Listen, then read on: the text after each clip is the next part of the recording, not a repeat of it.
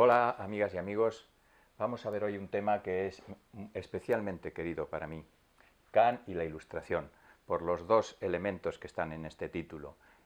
Kant, el gran filósofo de la Ilustración, y la Ilustración, que es un movimiento, digamos, de fuerza, de optimismo racionalista y también de optimismo humanista.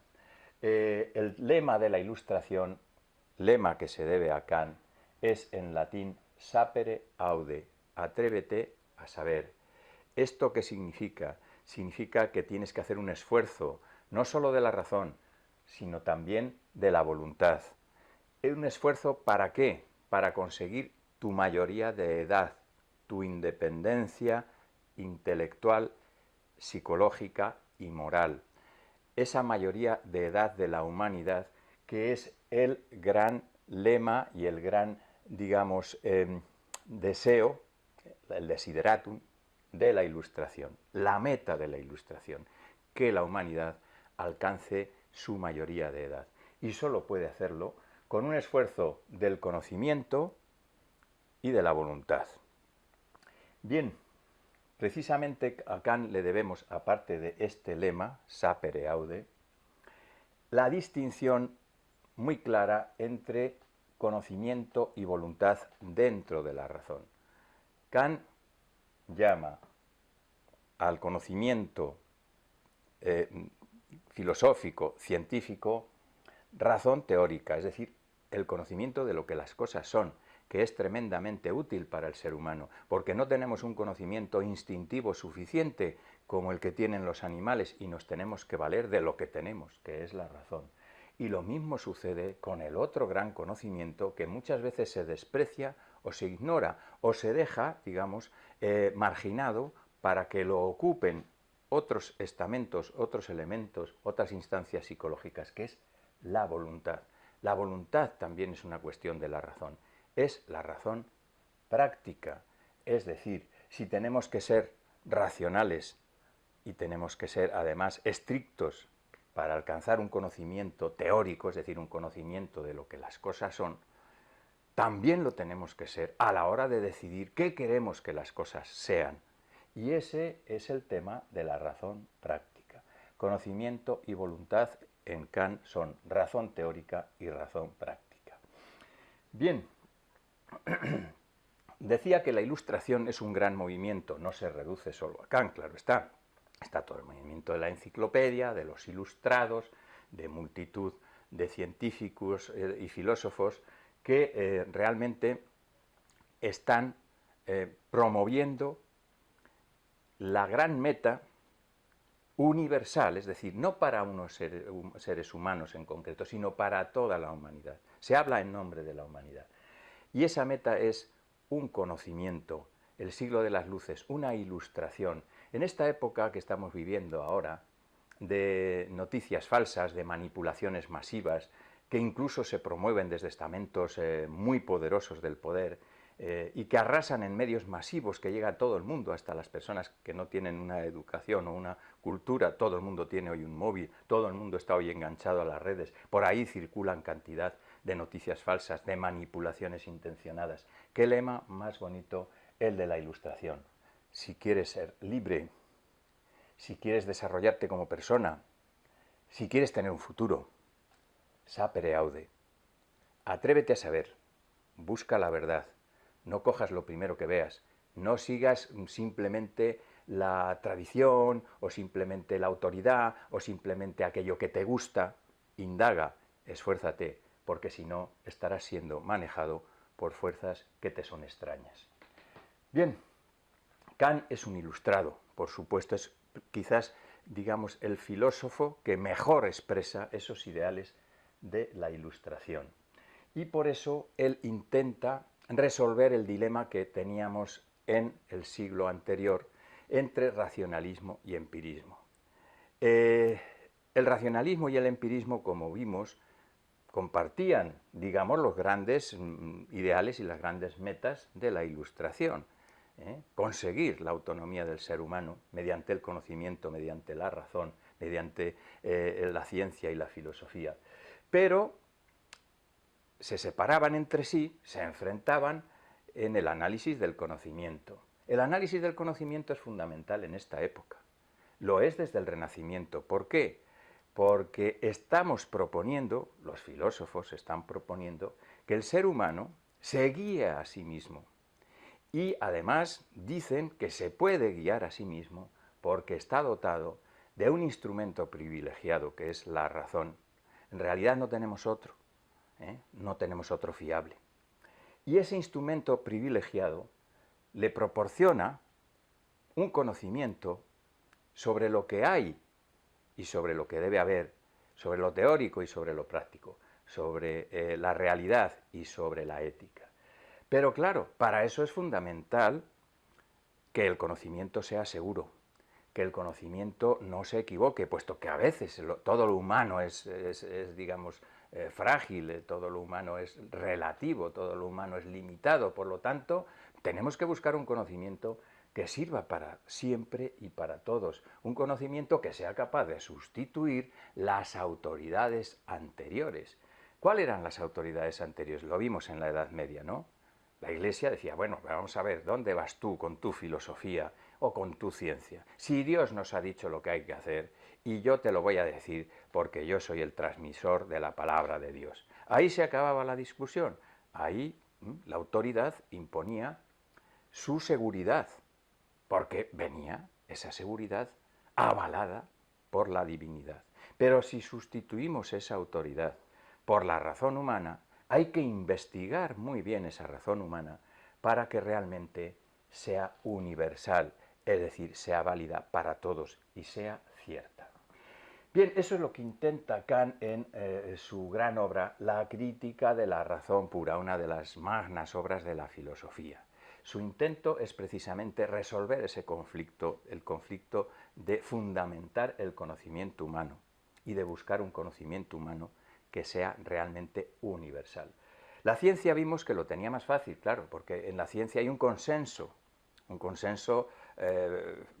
racional básico, ¿no? Están los datos por un lado, están los experimentos por otro, están las teorías que luego se comprueban o se avalan mediante posteriores estudios y entonces ahí se alcanza un consenso. Pero en filosofía, y no digamos ya en ética y en política, ese consenso es mucho más difícil. Por lo tanto, esta obra, Crítica de la razón pura, va a examinar lo mismo que las grandes otras obras que vimos en el apartado anterior, las de Descartes, las de Hume y las de otros filósofos racionalistas y empiristas, el conocimiento humano, para ver si podemos dar una respuesta positiva. ¿La razón humana puede ser realmente autosuficiente? ¿Puede servir de guía al ser humano en todos los aspectos de su vida? ¿Puede alcanzar un conocimiento universal y necesario, válido para todos los seres humanos? Ese es el tema de la crítica de la razón pura. Y en ese tema vamos a ver una síntesis, es decir, Kant se da cuenta de que ese enfrentamiento entre los racionalistas y los empiristas se puede salvar. Como tantas otras veces en que nos enfrentamos los humanos, hay un punto de unión y de superación de muchos de nuestros enfrentamientos. Y en este caso lo hay también. Para ello tenemos que explicar un poquito de terminología kantiana. Todo gran filósofo crea una terminología propia. Y es ahí donde suele radicar el problema a la hora de estudiarlo, que son palabras muy específicas, a veces nuevas, y que cuando no son nuevas tienen un significado distinto, especial, para ese autor. Por eso ahora vamos a explicar lo básico de esta terminología. Toda ella es imposible, pero lo básico. En primer lugar, Kant distingue entre lo a priori y lo a posteriori. Son términos latinos. A priori, que significa antes de, y a posteriori, después de. Antes y después de qué? De la experiencia. Los racionalistas insistían que lo fundamental estaba en el a priori, en lo que hay antes de la experiencia, en lo que está en la razón, en la mente. Y los empiristas decían que todo lo que hay en la mente viene de la experiencia, por lo tanto lo prioritario es lo a posteriori, lo que viene de la experiencia. Bien, Kant admite que los dos elementos son fundamentales para que haya conocimiento. Es decir, un conocimiento se construye con elementos a priori, es decir, racionales puros, y con experiencias con datos, con lo a posteriori. Y sin esos dos elementos no hay conocimiento. La experiencia sola la tienen los restos de las especies animales, pero no tienen un conocimiento intelectual de las cosas, porque no lo necesitan. Tienen un conocimiento instintivo que les basta y les sobra, pero no tienen un conocimiento intelectual. Quizás porque nosotros carecemos de ese conocimiento instintivo, quizás por eso tenemos otra cosa que ellos no tienen, lo a priori, la racionalidad, los elementos ordenadores que están en nuestra cabeza y que sirven juntos, fusionados, eso es la cuestión de la síntesis, unidos, en esa unión sintética de esos elementos es cuando se produce el conocimiento humano. Bien, ahora bien, estaba la otra cuestión de decir, vale, se produce el conocimiento humano porque hay elementos a priori que ordenan la experiencia y hay experiencias. Pero la otra cuestión es, ¿y ese conocimiento puede ser o es universal y necesario? Es decir, un conocimiento que vale para todos, con el cual podamos ir al ser humano y marcarle una senda hacia el futuro, como pretendía la Ilustración, una senda basada en la razón y no en las porquerías en las que está basada hoy nuestras, muchas veces, direcciones de futuro, si es que hay alguna, Bueno, pues Kant da una respuesta, digamos, revolucionaria y además positiva. Es decir, dice, sí, es posible un conocimiento universal y necesario usando la racionalidad. El conocimiento científico es una prueba de ello. Y es lo que analiza en esta grande obra, La crítica de la razón pura. En dos partes. Por un lado estará la crítica de la razón pura teórica y por otro lado estará la crítica de la razón pura práctica. Aquí se analizará la ciencia y la filosofía, cómo son posibles, cuál es su valor, y aquí se analizará la ética, es decir, cómo es posible una ética universal y necesaria.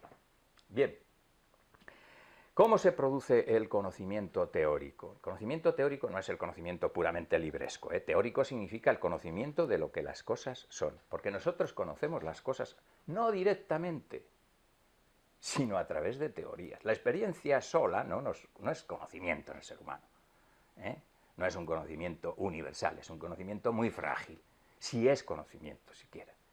No, el conocimiento se expresa en teorías, por eso al conocimiento de la realidad se llama conocimiento teórico.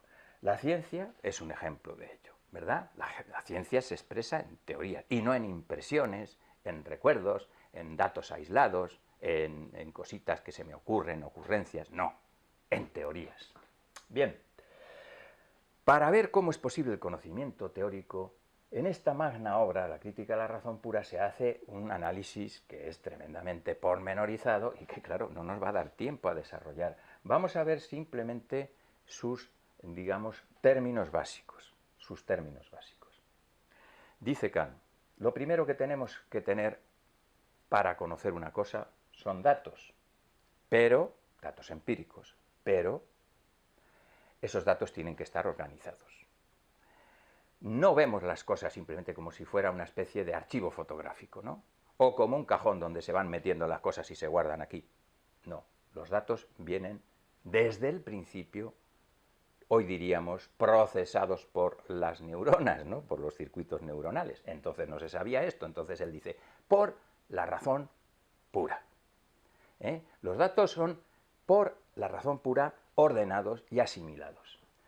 Entonces, la sensibilidad, es decir, nuestra capacidad de tener datos a través de los sentidos, está organizada por unas formas puras, las formas puras de la sensibilidad que están en la mente, que son el espacio y el tiempo. Intentad imaginar algo, una experiencia, un cuadro, un recuerdo, y tratad de borrar el espacio y el tiempo a ver qué os queda. ¿Es posible tener alguna experiencia que no esté ordenada espacial o temporalmente? Un recuerdo, una emoción, la vista del paisaje que estoy aquí mirando, imposible si no está ordenada espacial y temporalmente. Esto no es ET, es el espacio y el tiempo, las formas a priori de la sensibilidad. Las analiza en la primera parte de este libro, de este magna obra, que es la estética trascendental. Estética aquí no se refiere a la cosa de la belleza, se refiere a, claro, el sentido griego, a la sensibilidad. ¿Y la palabra trascendental qué significa? Pues la revolución de Kant. Lo universal no lo pone el sujeto individual, no lo pone la experiencia. La experiencia siempre es particular y relativa. Yo veo un día luminoso como el de hoy y puedo estar alegre, pero también podría estar triste, depende de mi estado de ánimo. ¿Qué es lo universal? Lo universal es decir, por ejemplo, la hora que es.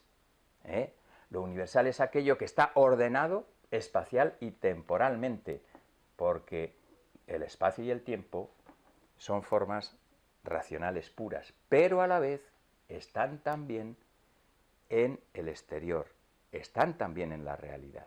Son una especie de conexión del cerebro, hoy diríamos el cerebro, antes la razón, con la realidad. Mediante estas formas puras conectamos con la realidad que hay fuera y por eso somos capaces de detectar lo universal que hay en esa realidad, lo real, lo verdadero. Bien, pero solamente con datos, aunque estén ordenados espacial y temporalmente, no tenemos un conocimiento científico. ¿Cuándo tenemos un conocimiento científico? Cuando esos datos están analizados, ahí viene la palabra análisis, por unos conceptos puros que tenemos en el entendimiento, y que Kant estudia en la analítica trascendental. De nuevo, lo trascendental es lo que está en nosotros y lo que está fuera de nosotros. Las condiciones de posibilidad del conocimiento, pero también las condiciones de posibilidad, es decir, de existencia de la realidad. En la analítica trascendental analiza estos elementos, que son varios, pero vamos a fijarnos solo en este que os he puesto aquí, que es el implicador. Nos sirve para formular algo tan importante en la ciencia y en el conocimiento humano como la división entre efectos y causas. Cuando te confundes de efecto y causa, la has cagado. Por lo tanto, para empezar bien la historia del conocimiento humano, hay que saber atribuir correctamente un efecto estaría aquí, a una causa. La causa está primero, ¿no? También se puede dar la vuelta. Si atribuimos bien a un efecto una causa, estamos creando de alguna manera conocimiento verdadero, estamos creando ciencia. Y eso se estudia en la analítica trascendental, que podríamos, hoy el signo este nos lo indica, identificar con la lógica. La lógica. Bien. Pero además tenemos otros elementos que hemos usado desde siempre, que están en toda la historia de la filosofía, presentes y que son ideas. Son ideas y no son ideas para manejar realidades que vemos inmediatamente, sino ideas que, por decirlo así, clasifican la realidad que vemos en grandes ámbitos. Por ejemplo, las tres grandes ideas que analiza Descartes, alma, mundo, Dios, no son objetos de experiencia. La sensibilidad no los puede captar. Por lo tanto, no podemos hacer con ellos ciencia. ¿Pero no sirven para nada? Sí, sirven para organizar el conocimiento humano, para distinguir los ámbitos a los cuales, digamos, referimos los fenómenos. Hay un montón de fenómenos que los tenemos que referir a una realidad que es interior. Si yo estoy triste, si tengo recuerdos, si me pasa algo en mi cabeza, decimos, me pasa en el alma. Todo lo que sucede en el mundo físico lo referimos a una realidad global que llamamos mundo, universo, cosmos, como queráis decir. Y todo el posible sentido que tenga toda la realidad en su conjunto, es decir, el alma, el ser humano y el mundo, lo referimos a Dios. Dios como el sentido de todo esto. Kant era deísta, pero no era un deísta, digamos, ortodoxo en el sentido de dar por supuesto la existencia de Dios. Vamos a ver qué piensa él de Dios en el siguiente capítulo.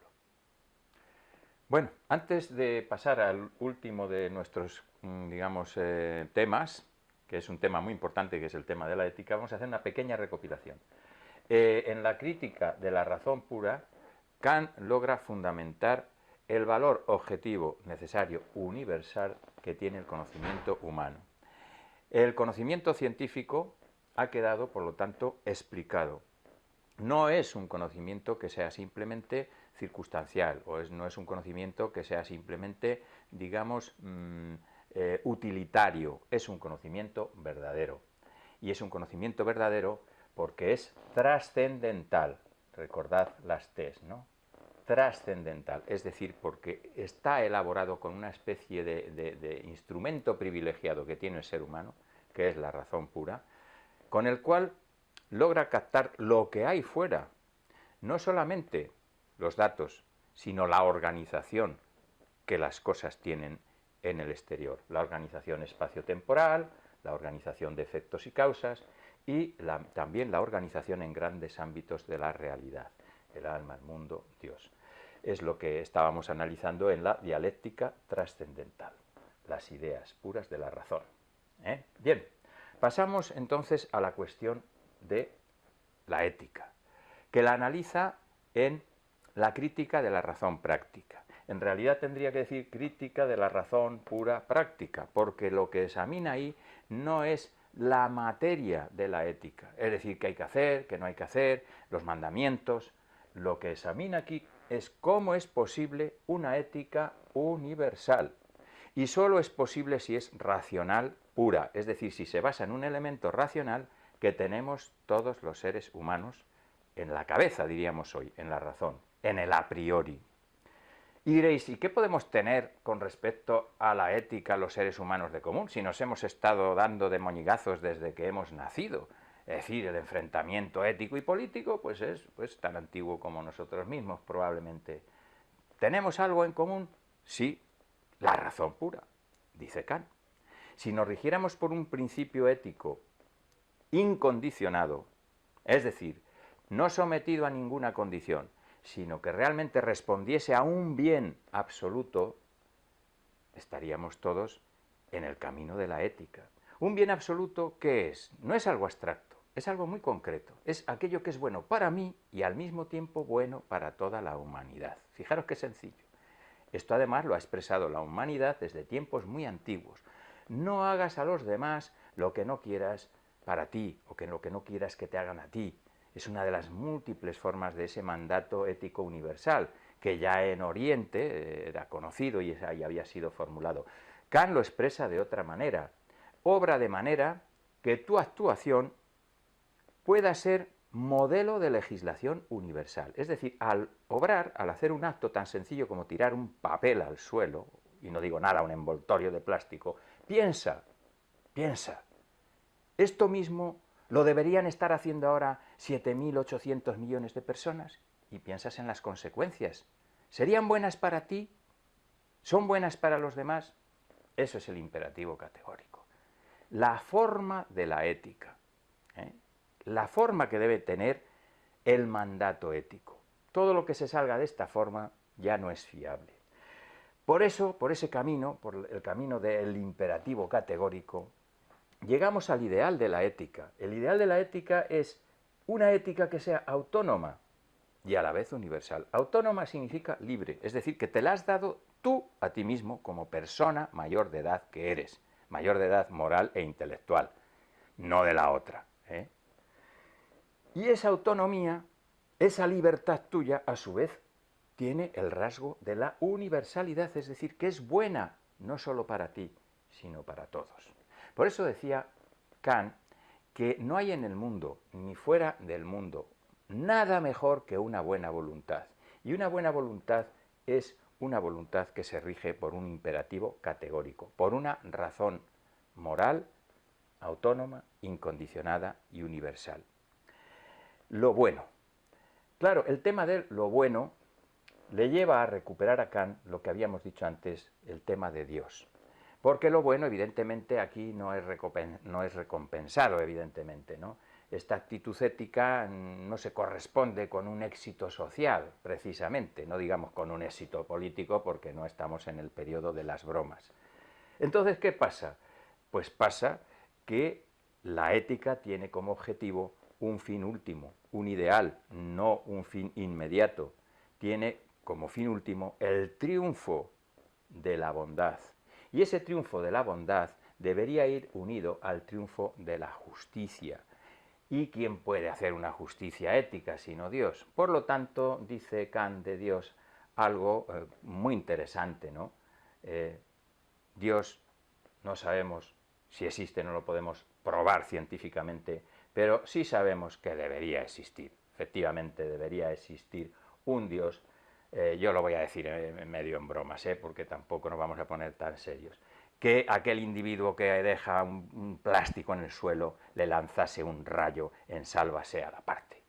A ver si tenemos suerte. Y existe ese Dios.